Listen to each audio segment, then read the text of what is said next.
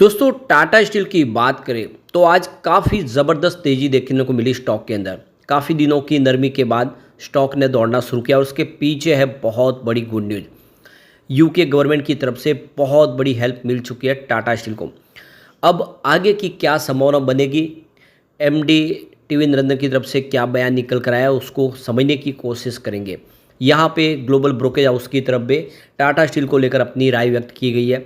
यहाँ पे जो सबसे बड़ी बात है कि टाटा स्टील जिसकी प्राइस पिछले कई दिनों से कोई खास बढ़ी नहीं है, क्या यहाँ से एक शानदार तेज़ी की संभावना बनेगी और क्या इस लेवल पे हमें खरीदारी करनी चाहिए, जानने की कोशिश करेंगे इस वीडियो के माध्यम से।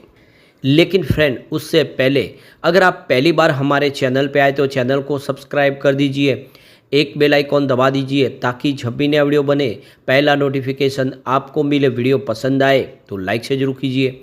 चलो फ्रेंड्स वीडियो स्टार्ट करते हैं। मैं हूँ आपका दोस्त एसपी दवे और हमारे अपने चैनल ऑनलाइन कमाई में आपका बहुत बहुत स्वागत है।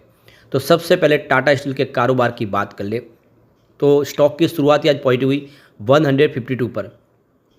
क्लोजिंग कल की 148 के आसपास थी। इंट्राडे में 152 का हाई बना, वहाँ से देख सकते हो कि प्रॉफिट बुकिंग आ गई।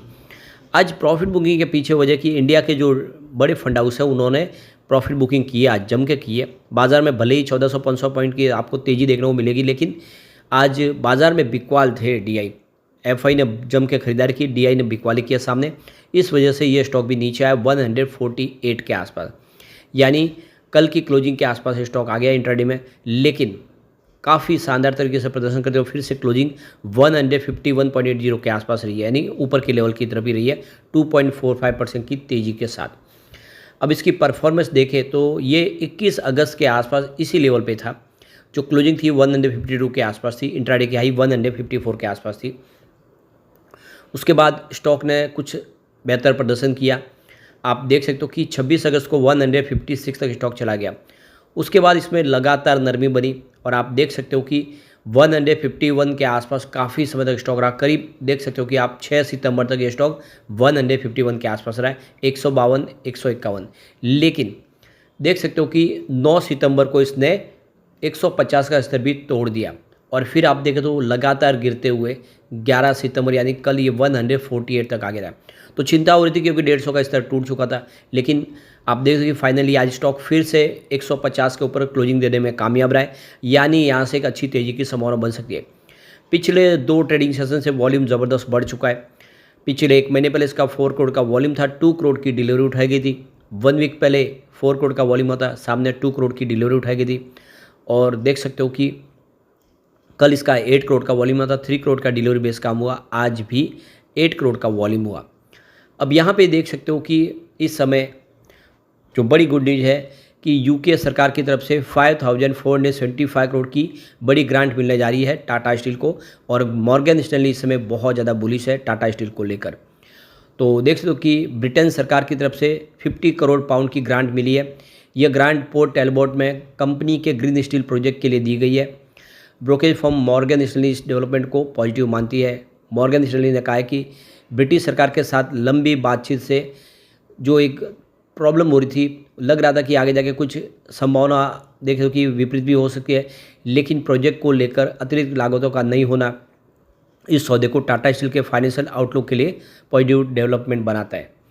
लेकिन ब्रोकेज फर्म कंपनी की ब्रिटेन में रीस्ट्रक्चरिंग प्लान से प्रभावित कर्मचारियों के लिए सपोर्ट की डिटेल के इंतजार में भी है। अभी ब्रोकेज फर्म ने टाटा स्टील के लिए 135 का टारगेट प्राइस सेट किया और अंडरवेट रेटिंग बरकरार रखी हुई है। तो फिलहाल मॉर्गन स्टैनली के हिसाब से ये जो डील हुई है ये काफ़ी अच्छी है, लेकिन अभी फ़िलहाल जो पूरी रीस्ट्रक्चरिंग प्लान है उसमें एम्प्लॉयज़ को किस तरह से यहाँ पे सेट किया जाएगा उसको लेकर भी उनको पूरा जो डिटेल आए उसके बाद में ही वो टारगेट बढ़ा सकते हैं। फिलहाल तो उन्होंने इसके 135 का टारगेट दिया। इसका करंट लेवल से स्टॉक समझ सकते हो कि नीचे ही तरफ दिखाई दे रहा है मॉर्गन स्टैनली के हिसाब से। रीस्ट्रक्चरिंग के हिस्से के रूप में टाटा स्टील ने रिसाइकिल किए गए स्टील को प्रोसेस करने के लिए अपने पोर्ट एल्बर्ट ब्लास्ट फर्नेस को इलेक्ट्रिक आर्क फर्नेस से रिप्लेस करने की योजना बनाई है। कंपनी ऐसा कार्बन उत्सर्जन को कम करने के मकसद से कर रही है।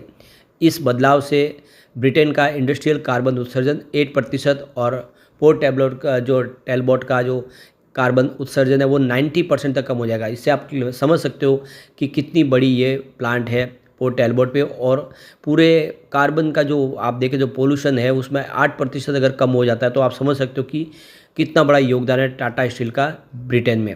लेकिन इस बदलाव के चलते 2800 नौकरियां भी खत्म होने वाली है, क्योंकि इलेक्ट्रिक फर्नेस के लिए कम एम्प्लॉयज़ की ज़रूरत होती है। टाटा स्टील ने कहा है कि वह उससे अलग हो रहे कर्मचारियों को अपना अब तक का सबसे जेनरस सपोर्ट पैकेज देगी, यानी उनको बहुत ही ज़्यादा बेनिफिट दिया जाएगा जो कर्मचारी कंपनी से अलग होने जा रहे हैं, जिनके जॉब छूटने वाले। इलेक्ट्रिक आर्क फर्नेस के 3 वर्षों के अंदर चालू होने की इस समय उम्मीद है। इस बीच मूडीज रेटिंग ने टाटा स्टील के लिए स्टेबल आउटलुक बरकरार रखा हुआ है। उन्हें उम्मीद है कि कंपनी अगले 2 वित्तीय वर्षों में अपनी आय में सुधार करेगी।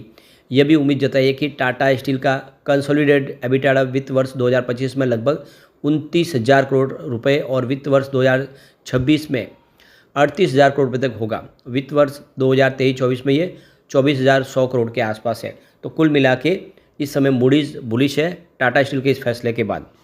सबसे जो बड़ी बात है कि इस प्रोजेक्ट से पोर्ट टैलबोर्ट में 5,000 नौकरियां बचेगी भी लोगों की, क्योंकि कंपनी ने जो डिसीजन लिया था या तो वो ग्रीन एनर्जी स्टील का निर्माण शुरू करेंगे या फिर कारोबार बंद करेंगे। अगर ऐसा होता तो करीब 5,000 लोगों की नौकरियां भी चली जाएगी। साइट पर इलेक्ट्रिक आर्क फर्नेस की स्थापना की जाएगी। टाटा स्टील का लक्ष्य है कि 2025 तक इस प्लांट को ऑपरेशनल करना है, जिससे न केवल ब्रिटेन की जो स्टील क्षमता है उसमें वृद्धि होगी, बल्कि क्षेत्रीय आर्थिक पुनर्जीवन और रोजगार सृजन भी होंगे, उसमें सहायता मिल जाएगी। इस परियोजना पर टाटा स्टील के सीईओ टीवी नरेंद्रन ने कहा है कि यह प्लांट यूरोप के सबसे प्रमुख स्टील मैन्युफैक्चरिंग केंद्रों में से एक बन सकता है। लंबे समय तक इसे इस साझेदारी की उम्मीद की जा रही थी और ब्रिटिश सरकार की मदद न मिलने पर टाटा स्टील ने अपने यूके कारोबार से बाहर होने का भी फैसला कर लिया था। टाटा स्टील ने घोषणा की कि उसने पब्लिक कंसल्टेशन शुरू कर दी है। दिसंबर 2024 तक सभी मंजूरियां हासिल करने के लिए अथॉरिटीज़ के साथ मिलकर काम कर रही है।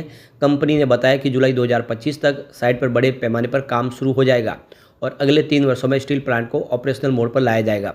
टाटा स्टील के सीईओ टीवी नरेंद्र ने कहा है कि ब्रिटिश सरकार के समर्थन से पोर्ट टैलबोर्ट का ये प्लांट यूरोप के प्रमुख स्टील मैन्युफैक्चरिंग केंद्रों में से एक बनने की क्षमता रखता है। उन्होंने इस प्रोजेक्ट को साउथ वेल्स के आर्थिक पुनर्जन और रोजगार पैदा करने के लिए महत्वपूर्ण बताया। टाटा स्टील को ब्रिटिश सरकार के इस सहयोग का लंबे समय से इंतजार था और फाइनली आप देख सकते हो कि वो सपोर्ट मिल चुका है। अभी फिलहाल अगर देखें तो टाटा स्टील की रेटिंग घटी है। कुछ जो ब्रोकेज हाउस है वो यहाँ पे इस समय देख सकते हो कि इतने बुलिश नहीं है स्टील सेक्टर को लेकर।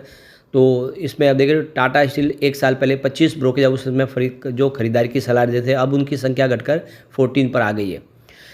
टाटा स्टील के सामने जो सबसे बड़ा चैलेंज है, चीन से जो स्टील का सस्ते भाव पर आयात हो रहा है, उसके चलते इनका मार्केट है वो काफ़ी ज़्यादा इफेक्ट कर रहा है। इसके चलते ग्लोबल लेवल पर भी स्टील की कीमतें नीचे आई है, जिससे टाटा स्टील के मार्जिन में गिरावट आ रही है। तो ये सबसे बड़ी प्रॉब्लम है। सरकार को इसके लिए कुछ कदम उठाने चाहिए, जिससे आने वाले समय कुछ उम्मीदें बने।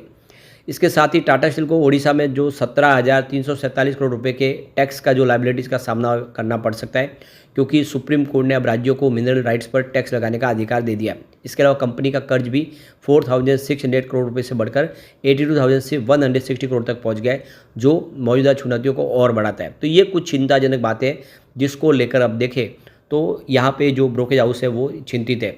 लेकिन सबसे जो बड़ी बात है, टाटा स्टील टाटा ग्रुप की एक मजबूत कंपनी है और इंडिया की दूसरी सबसे बड़ी स्टील इंडस्ट्री है।